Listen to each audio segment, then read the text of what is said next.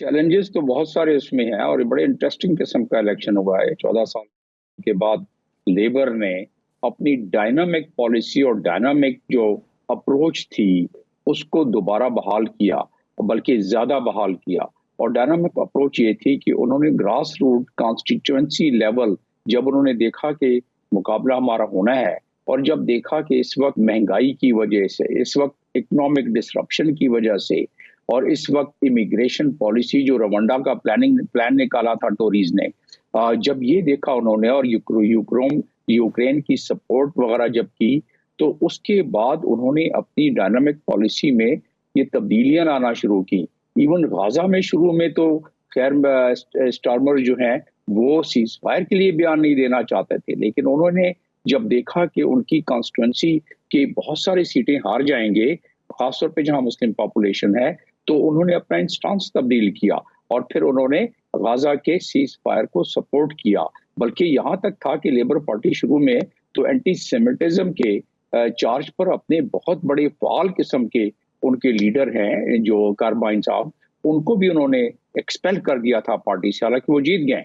तो इस वक्त मैं जो ये बयान करने का मकसद ये था कि इस वक्त पूरी दुनिया में जो इस वक्त कॉन्फ्लिक्ट चल रहे हैं दुनिया के, यूक्रेन हो गया, गाजा हो गया, मिडल ईस्ट की सिचुएशन, तो उसका असर हर इलेक्शन पे पड़ रहा है। लेकिन यूके में उसका असर ज्यादा जो पड़ रहा है वो पड़ा है उनकी ऑफ लिविंग, टैक्सेशन, जुलूस, उनकी हेल्थ केयर सिस्टम में सारे डॉक्टर और नर्सेज डेली स्ट्राइक पर निकले हुए हैं, उनकी रेलवे, उनकी, तो ये तमाम की तमाम चीजें एक आम आदमी को जो असरअंदाज होती हैं, और जो आजकल पाकिस्तान में भी हमारे साथ हो रहा है, तो उसकी वजह से इलेक्शन पे ये असर पड़ा। और आपने देखा कि 14 साल के बाद तकरीबन ये जो इतनी ज्यादा उन्होंने डॉक्टर साहब, बेहतरी दिखला। पैलेस्टाइन कॉन्फ्लिक्ट की आपने बात की कि पहले जो है वो केयर स्टारमर इस हवाले से बात नहीं करना चाह रहे थे, लेकिन ऑब्वियसली उन्हें बात करना पड़ी और उन्होंने जो है वो गज़ा में, पैलेस्टाइन में अमन के हवाले से जो है वो नारा भी लगाया।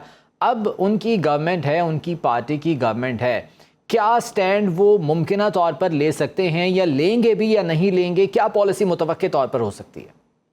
नहीं, इससे ज्यादा हमें कोई बहुत ज्यादा उम्मीद लगा के नहीं बैठनी चाहिए, क्योंकि जो हमारे डेजिग्नेट प्राइम मिनिस्टर हैं यूके के, उनका इस वक्त इंस्टांस जो पहले था वो तो एक प्रेशर और एक एक एक बहुत ज्यादा कॉन्स्टिट्यूंसी प्रेशर पड़ा, तो उन्होंने अपना इंस्टांस चेंज किया। गो के उस इंस्टांस को दोबारा प्राइम मिनिस्टर बनने के बाद रिवर्स करना मुश्किल हो जाएगा। तो पार्शली वो गाजा की जो इस वक्त वहाँ एट्रोसिटीज चल रही हैं, उस एट्रोसिटीज के बारे में उनको बात करनी पड़ेगी। अब रहा सवाल कि पसे पर्दा यूके में या यूएस में क्या मसला है, यह आपके नाजरीन जानना चाहेंगे। पसे पर्दा ये है कि जो वहाँ लॉबीज हैं, एक किताब है इस पे, जू लॉबीज, जो अमेरिका के एक ऑथर ने लिखा है, जॉन शामिर ने, तो उसमें बड़े वाज़ेह तरीके से बताया है कि इजराइल लॉबी किस तरह असरअंदाज होती है मुख्तलिफ पार्लियामेंट्स पर, किस तरह असरअंदाज होती है इलेक्शन पर। तो वो उसका असर पार्लियामेंट पे रहता है, उसका असर प्राइम ठीक, मिनिस्टर पे रहता है, चले या यूके देखते के हैं कि इस या हवाले यूएस से अब के। क्या उनकी तरफ से पॉलिसी सामने आती है। डॉक्टर साहब साथ रहिएगा, शकील अहमद भी हमारे साथ मौजूद हैं। शकील, ये बताइएगा कि ऋषि सुनाक ने अपना जब अलविदाई खिताब किया, उन्होंने चंद वजूहात बयान की शिकस्त की। टोरी पार्टी को शिकस्त का सामना करना पड़ा, कंजर्वेटिव्स को शिकस्त का सामना करना पड़ा, लेबर पार्टी इतने अरसे के बाद दोबारा से इक़्तिदार में आई है, तो ये शिकस्त की वजूहात क्या अब तक सामने आ रही हैं?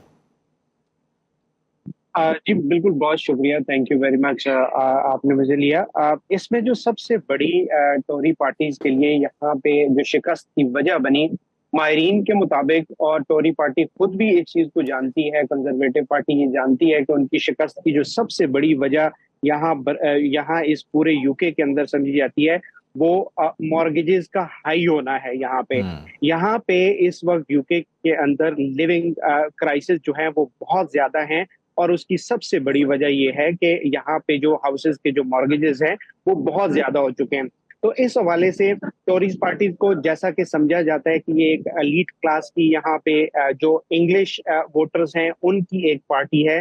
तो इस हवाले से यहाँ पे खास तौर पे लोगों को घरों के बहुत बड़े मसाइल का सामना करना पड़ रहा है।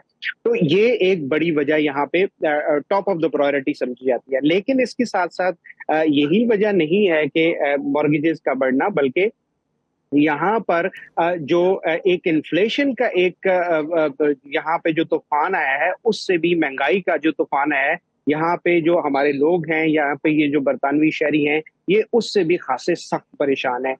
इसके साथ साथ अगर हम बात करें एक और इम्पोर्टेंट फैक्टर की, कि जो टोरी पार्टी जिसको कंजर्वेटिव पार्टी पार्टी कहते हैं, उसके फेलियर की, तो वो एक एक वजह बड़ी सेहत की भी है। यहाँ पे एनएचएस के बेतहाशा मसाइल हैं। जो मरीज हैं वो तकरीबन 2-2 हफ्ते वो अपनी बारी का इंतजार करते हैं। डॉक्टर्स की अवेलेबिलिटी नहीं है, नर्सेज नहीं है,